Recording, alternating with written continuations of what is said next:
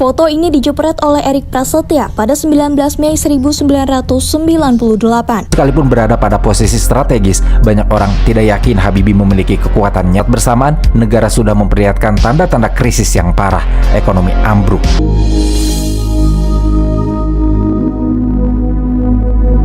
Bersabarlah, bila kelak cutnya memimpin negeri ini. Jokowi di Solo terdengar hingga ibu kota.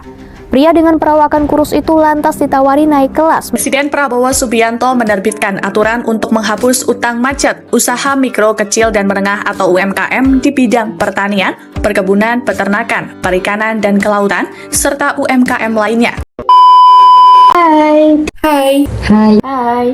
Hai. Kami dari kelompok 6 yang beranggotakan 5 orang, yang mana pada kesempatan kali ini kami akan menjelaskan perkembangan dan pertumbuhan ekonomi pada masa Presiden Soeharto sampai Presiden Prabowo yang mencakup kebijakan, undang-undang, hingga dampak positif dan negatif yang berlaku pada masa itu. Namun sebelumnya, perkenalkan, saya Dian Febi Dayaningsih, NIM 2310111113. Kemudian rekan-rekan saya, Kami Sakus Mawardhani dengan NIM 2310101120. Saya Rizkyana Permatasari dengan NIM 231011111513. Saya Maya Apriliani dengan NIM 2310111145. Saya Asma Sarofausia dengan NIM 2311111108. Di sini aku akan menceritakan perekonomian Indonesia pada saat Presiden Pak Soeharto. Demi Allah, saya bersumpah akan memenuhi kewajiban Presiden Republik Indonesia Pada era pemerintahan Pak Soeharto, yakni pada tahun 1967, kondisi ekonomi di Indonesia ini sangat buruk, di mana warisan Orde Lama ini mewariskan inflasi yang sangat besar, yaitu 650%. Ketidakstabilan ekonomi dan pertumbuhan ekonomi yang negatif, serta ketidakstabilan pada sektor keuangan. Untuk mengatasi krisis ini, pemerintah ini menerapkan berbagai stabilisasi untuk mengatasi hal tersebut, termasuk mengendalikan inflasi dengan kebijakan moneter yang kuat, serta menarik investasi asing melalui Undang-Undang Penanaman Modal Asing pada tahun 1967, serta menerima bantuan dari IMF dan Bank Dunia untuk restrukturisasi kondisi ekonomi di Indonesia. Dalam waktu 3 tahun, inflasi berhasil ditekan menjadi 17% dan ekonomi kembali tumbuh positif sekitar 6% per tahun. Kemudian memasuki era pada tahun 1970 hingga 1990-an, perekonomian Indonesia mengalami pertumbuhan yang sangat pesat. Karena kan adanya booming minyak dunia pada tahun 1973 hingga 1981. Kenaikan harga minyak ini meningkatkan pendapatan negara secara signifikan yang kemudian digunakan untuk pembangunan infrastruktur, meningkatkan pendidikan, serta mengembangkan sektor pertanian. Salah satu pencapaian terbesar adalah swasembada beras pada tahun 1984, menjadikan Indonesia sebagai contoh yang sukses dalam ketahanan pangan. Namun, menyadari bahwa ketergantungan pada minyak ini terlalu berisiko, pemerintah mulai mendiversifikasi ekonomi dengan beralih ke sektor manufaktur, tekstil, dan elektronik. Industri ekspor berkembang pesat, terutama ke Amerika hingga ke Jepang, sehingga pertumbuhan ekonomi rata-rata mencapai 7% per tahun. Investasi asing juga masuk dalam jumlah besar dengan banyak perusahaan seperti Astra, Indofood, dan gudang garam yang berkembang pesat. Keberhasilan ini, Indonesia dijuluki sebagai macan Asia, yakni sebuah gelar yang diberikan kepada negara-negara dengan pertumbuhan ekonomi tinggi dan industrialisasi pesat di Asia. Namun, di balik keberhasilan tersebut, ada kelemahan mendasar yang akhirnya membawa Indonesia ke dalam kondisi yang krisis. Krisis ekonomi dimulai yaitu pada tahun 1997 ketika krisis mata uang Asia melanda. yakni dimulai ketika jatuhnya mata uang baht dari Thailand yang kemudian menyebar ke negara-negara lain. Investor asing yang sebelumnya membanjiri Indonesia mulai menarik modalnya kembali, yang menyebabkan nilai tukar rupiah menjadi anjlok drastis yang awalnya dari 2.500 per US dollar menjadi 17.000 US per dolar dalam beberapa bulan. Salah satu faktor utama yang memperburuk keadaan adalah ketergantungan perusahaan Indonesia pada utang luar negeri dalam bentuk dolar Amerika Serikat. Ketika rupiah melemah, beban utang mereka makin melonjak tajam hingga banyak perusahaan besar itu bangkrut. Selain itu, sistem perbankan Indonesia yang lemah dengan banyak bank yang memberikan pinjaman tanpa pengawasan yang ketat. Dampak dari krisis ini sangat parah. Inflasi yang melonjak dari 10% menjadi 77% membuat harga kebutuhan pokok melambung tinggi dan daya beli masyarakat anjlok. Pertumbuhan ekonomi yang sebelumnya stabil di 7% per tahun berubah menjadi kontraksi 13,1% pada tahun 1998, menjadikan Indonesia mengalami resesi terburuk sejak kemerdekaan. Di sepanjang tahun 1997 hingga 98 menjadi episode kelam bagi bangsa Indonesia. Nilai rupiah terjun bebas, harga kebutuhan pokok meroket, sejumlah industri dan perusahaan gulung tikar. Situasi tersebut menimbulkan gerakan masif untuk menumbangkan tahta Soeharto. Krisis ini bukan hanya mengguncang stabilitas keuangan negara, tetapi juga menyebabkan gelombang kebangkrutan di berbagai sektor. Negara yang sebelumnya dijuluki macan Asia, kini jatuh dalam krisis ekonomi yang berkepanjangan, meninggalkan tantangan besar untuk pemerintahan selanjutnya untuk memulihkan ekonomi nasional. Krisis ekonomi, politik, dan hukum yang terjadi pada tahun 1997 melatar belakangi jatuhnya Orde Baru. Mahasiswa gencar berdemo menuntut reformasi di segala bidang, termasuk agar Soeharto turun dari kursi presiden. Tekanan dari berbagai pihak akhirnya membuat Soeharto meletakkan jabatan presiden setelah berkuasa selama 32 tahun. Tanggal 21 Mei 1998, Baharudin Yusuf Habibie yang sebelumnya menjabat wakil presiden diangkat menjadi presiden menggantikan Soeharto. Prosesi pelantikan Habibie dilaksanakan di Istana Merdeka usai Soeharto membacakan pengunduran diri. Habibie mengucap sumpah sebagai presiden ketiga Republik Indonesia dengan disaksikan oleh pimpinan Mahkamah Agung. Di sini saya akan menyampaikan perekonomian Indonesia pada masa pemerintahan B.J. Habibie. Pada masa pemerintahan B.J. Habibie tahun 1998 hingga 1999, Indonesia berada dalam situasi sulit akibat dampak krisis ekonomi yang menyebabkan kontraksi ekonomi yang parah dan inflasi yang tinggi. Untuk mengatasi kondisi ini, Habibie menerapkan berbagai kebijakan dan reformasi.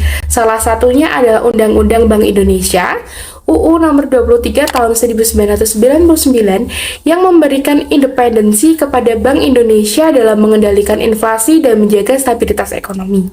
Selain itu, pemerintah juga menerapkan paket deregulasi ekonomi dan perbankan dengan menutup bank-bank bermasalah serta membentuk Badan Penyihatan Perbankan Nasional atau BPPN guna memulihkan sistem perbankan. Meskipun langkah ini meningkatkan kepercayaan investor, banyaknya bank yang ditutup berdampak pada peningkatan pengangguran di sektor keuangan.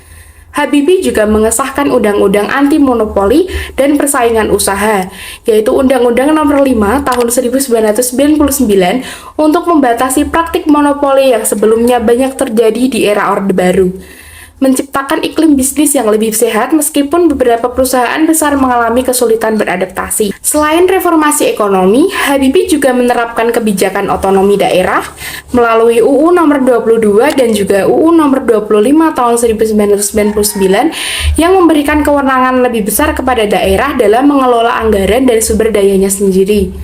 Kebijakan ini membuka peluang bagi daerah untuk berkembang lebih cepat sesuai dengan kebutuhan masing-masing.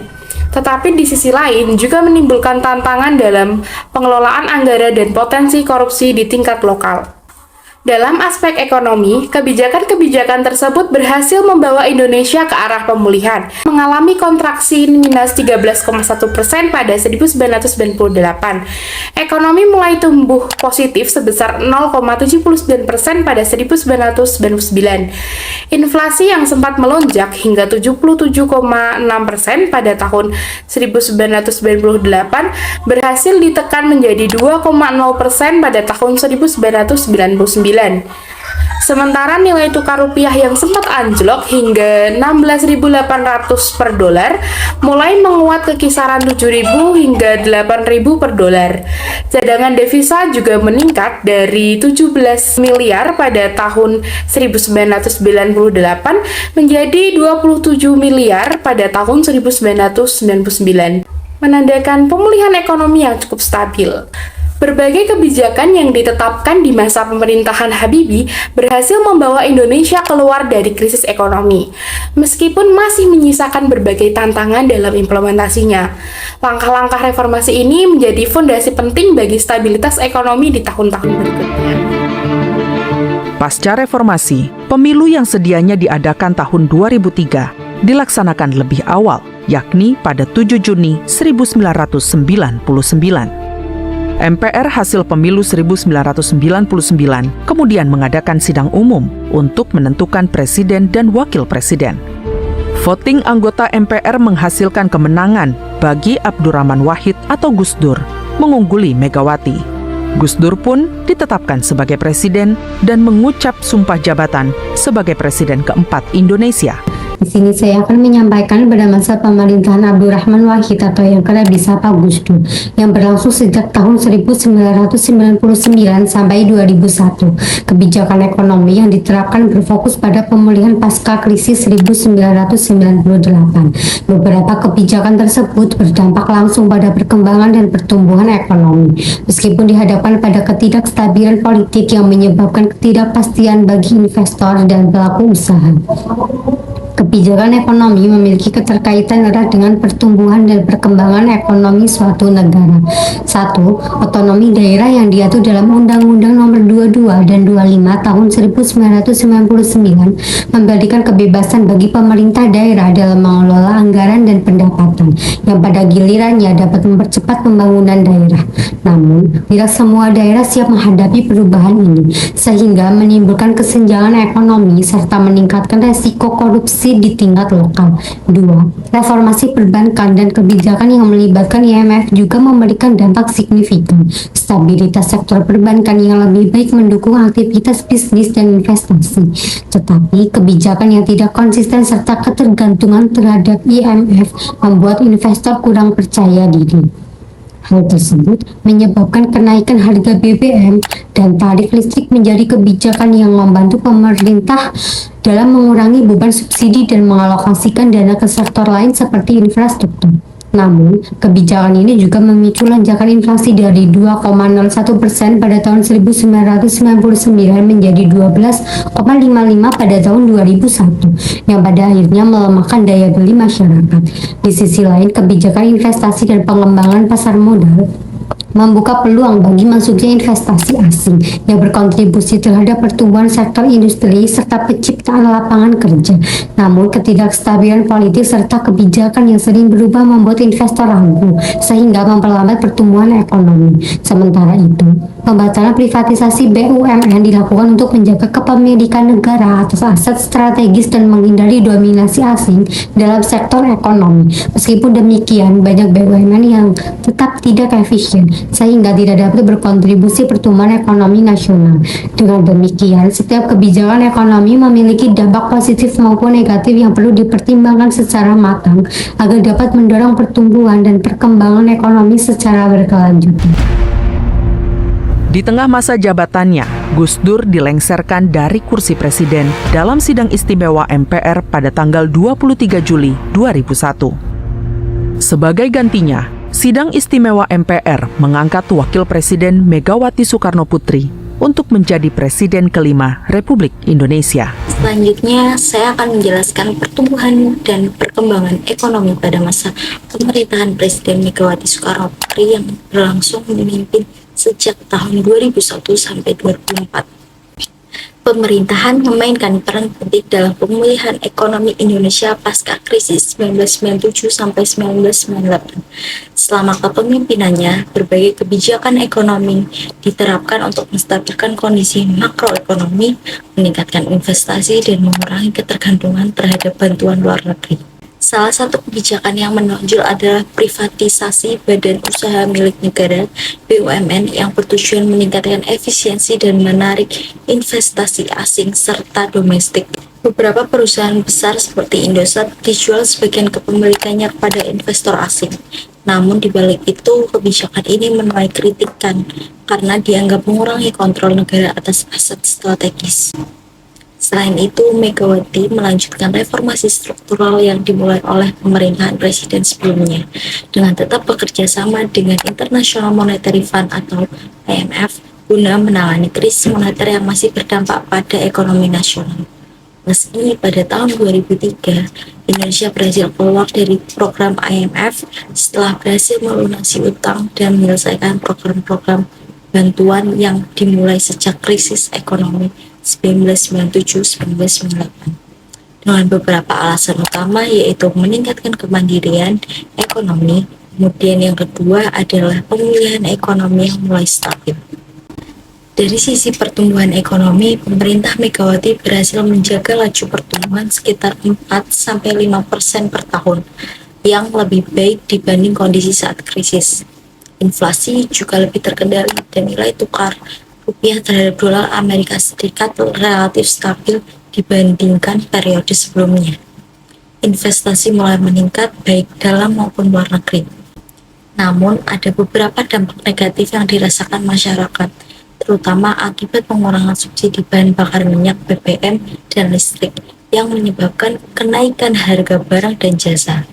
Keputusan ini diambil untuk mengurangi beban anggaran negara, tetapi juga berimbas pada daya beli masyarakat kecil. Secara keseluruhan, meskipun pemerintahan Megawati berhasil menstabilkan ekonomi dan mengembalikan kepercayaan investor, kebijakan-kebijakan yang diambil masih menyisakan tantangan, terutama dalam hal distribusi kesejahteraan, pemerataan pembangunan daerah, serta dampak sosial akibat pengurangan subsidi. Pasca amandemen Undang-Undang Dasar 1945, Presiden dan Wakil Presiden dipilih langsung oleh rakyat melalui mekanisme pemilu. Pemilihan presiden pertama kali berlangsung pada tanggal 5 Juli 2004 dan berlanjut di putaran kedua pada tanggal 20 September 2004. Hasilnya, Susilo Bambang Yudhoyono atau SBY memenangkan pemilu presiden dengan wakil Muhammad Yusuf kalah. Pada tanggal 20 Oktober 2004, SBY dilantik menjadi presiden Pertumbuhan dan perkembangan ekonomi pada masa pemerintahan Presiden Susilo Bambang Yudhoyono. Pada masa pemerintahan Presiden SBY tahun 2004 sampai 2009 dan tahun 2009 sampai 2014, pemerintah menerapkan berbagai kebijakan ekonomi untuk meningkatkan kesejahteraan masyarakat serta mendorong pertumbuhan ekonomi. Yang pertama ada program bantuan langsung tunai atau BLT dan bantuan sosial, bertujuan untuk membantu masyarakat miskin menghadapi dampak kenaikan harga BBM dan inflasi, meskipun kerap kali mengalami penyimpangan dan dianggap kurang efektif dalam memberdayakan masyarakat. Yang kedua ada paket kebijakan ekonomi yang diterbitkan pada tahun 2005, 2007, dan 2008, bertujuan untuk mendorong investasi, reformasi perbankan, dan efisiensi birokrasi, tetapi implementasinya masih terkendala birokrasi yang lambat. MP3EI atau Master Plan Percepatan dan Perluasan Pembangunan Ekonomi Indonesia, yaitu tahun 2011 sampai 2025, difokuskan pada pembangunan infrastruktur dan investasi. Namun, realisasinya kurang optimal akibat kendala pendanaan dan koordinasi antar kementerian. Yang ketiga, ada privatisasi BUMN dan investasi asing. Diharapkan meningkatkan daya saing dan efisiensi perusahaan negara, tetapi juga menuai kritik karena dianggap lebih menguntungkan investor asing daripada kepentingan nasional. Dalam perkembangan ekonomi, pertumbuhan ekonomi Indonesia rata-rata mencapai 5-6% per tahun, meskipun pada tahun 2009 sempat turun ke 4,6% akibat krisis global. Pada tahun 2011 sampai 2013, pertumbuhan ekonomi mencapai 6,2%, menjadikan Indonesia sebagai salah satu negara dengan pertumbuhan tertinggi di Asia. Inflasi relatif terkendali pada kisaran 5-6% per tahun. Tetapi kenaikan harga BBM menyebabkan lonjakan inflasi hingga 8,36% pada tahun 2013. Investasi asing meningkat berkat kebijakan pro-investasi. Sementara ekspor berbagai komoditas seperti batu bara dan sawit mengalami pertumbuhan pesat. Meski membuat ekonomi sangat tergantung pada harga global, rasio utang terhadap PDB turun dari 56% pada tahun 2004 menjadi sekitar 26% pada 2014. Meski ada kritik terkait ketergantungan terhadap utang luar negeri untuk pembangunan infrastruktur. Pemilihan presiden kembali digelar 5 tahun kemudian, yakni pada tanggal 9 Juli 2014. Joko Widodo meraih perolehan suara paling banyak dan terpilih menjadi presiden ke-7. Selanjutnya yaitu pertumbuhan dan perkembangan ekonomi pada masa pemerintahan Presiden Joko Widodo. Pada masa pemerintahan Presiden Joko Widodo yang dimulai sejak 2014, berbagai kebijakan ekonomi diterapkan untuk mendorong pertumbuhan dan pembangunan nasional. Salah satunya yaitu kebijakan utama pembangunan infrastruktur secara masif seperti jalan tol, bandara, pelabuhan, dan jalur kereta api yang bertujuan untuk meningkatkan konektivitas dan mempercepat distribusi barang serta jasa di seluruh Indonesia. Kebijakan ini didukung oleh Undang-Undang Nomor 2 Tahun 2012 tentang pengadaan tanah bagi pembangunan untuk kepentingan umum, yang mempercepat proses pembebasan lahan guna menunjang proyek-proyek infrastruktur strategis. Langkah ini memperkuat konektivitas antar wilayah dan mendorong pertumbuhan ekonomi di daerah-daerah. Selain pembangunan infrastruktur, pemerintahan Jokowi juga meluncurkan paket kebijakan ekonomi pada tahun 2015 untuk menyederhanakan regulasi, mempercepat investasi, dan meningkatkan daya saing industri nasional. Kebijakan ini berdampak positif pada meningkatnya kepercayaan masyarakat dan investasi terutama di luar Pulau Jawa.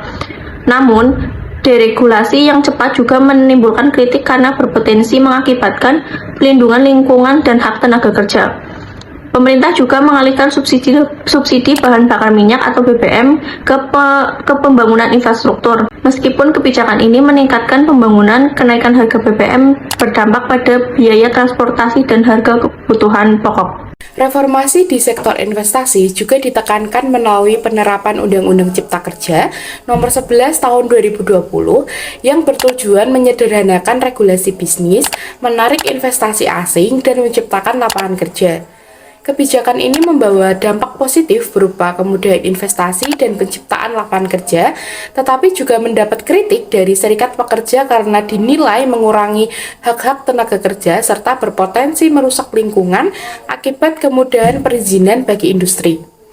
Dalam sektor keuangan, pemerintahan Jokowi memberlakukan Undang-Undang Harmonisasi Peraturan Perpajakan Nomor 7 Tahun 2021 guna memperkuat penerimaan pajak dan memperluas basis penerimaan negara. Pertumbuhan ekonomi diperkirakan akan terkontraksi semakin dalam akibat penyebaran virus corona. Himbauan pembatasan aktivitas perkantoran, sekolah, hingga kegiatan di luar rumah oleh pemerintah demi menekan penyebaran virus corona membuat pemasukan sejumlah profesi terdampak hebat. Sebelum pandemi COVID-19, pertumbuhan ekonomi Indonesia relatif stabil dengan rata-rata sekitar 5% per tahun. Namun, pandemi yang terjadi pada tahun 2020 menyebabkan kontraksi ekonomi hingga minus 2,07% resesi pertama sejak krisis pada tahun 1998. Untuk menanggulangi dampak pandemi, pemerintah mengeluarkan Undang-Undang Nomor 2 Tahun 2020 tentang Kebijakan Keuangan Negara dan Stabilitas Sistem Keuangan yang memungkinkan pelebaran defisit anggaran dan stimulus ekonomi guna menyelamatkan dunia usaha serta membantu masyarakat yang terdampak. 14 Februari 2024 lalu, pemilu serentak diselenggarakan, termasuk pemilihan presiden pengganti Joko Widodo. Hasilnya, Prabowo Subianto memenangkan Pilpres dalam satu putaran. Kemudian kita akan masuk pada pertumbuhan ekonomi pada masa pemerintahan Presiden Prabowo Subianto. Nah, pada pemerintahan masa Presiden Prabowo Subianto, Indonesia ini mengalami perubahan yang sangat signifikan, termasuk kebutuhan untuk meningkatkan pertumbuhan ekonomi dan stabilitas finansial. Untuk mengatasi permasalahan ini, Bapak Presiden Prabowo menerapkan berbagai kebijakan dan reformasi ekonomi yang komprehensif. Nah, salah satu inisiatif utamanya adalah peluncuran dana pembangunan Danantara. Presiden Prabowo Subianto meluncurkan Danantara Indonesia yang nantinya mengelola aset badan usaha milik negara lebih dari 14.000 triliun rupiah. Yaitu adalah sebuah dana kekayaan negara yang bernilai 20 miliar US dollar yang bertujuan untuk mengelola aset-aset BUMN. Dana ini dirancang untuk mendukung proyek-proyek besar di sektor energi terbarukan dan manufaktur maju tanpa ketergantungan pada pembiayaan eksternal. Dengan memanfaatkan aset negara yang memiliki nilai lebih dari 900 miliar dolar Amerika, meskipun ada kekhawatiran mengenai potensi korupsi, pemerintah menekankan pentingnya adanya transparansi dan pengelolaan yang sesuai dengan standar internasional.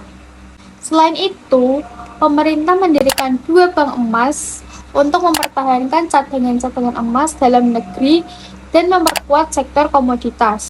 Langkah ini diharapkan dapat meningkatkan rantai pasokan emas nasional, menghemat devisa, dan meningkatkan cadangan emas negara.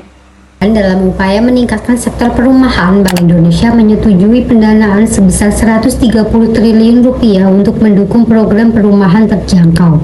Sejalan dengan janji kampanye Presiden Prabowo untuk membangun 3 juta rumah terjangkau setiap tahun, Bank Indonesia juga mengizinkan bank untuk mempertahankan tingkat cadangan yang lebih rendah saat memberikan pinjaman ke sektor properti, sehingga membebaskan 80 triliun rupiah untuk pinjaman perumahan.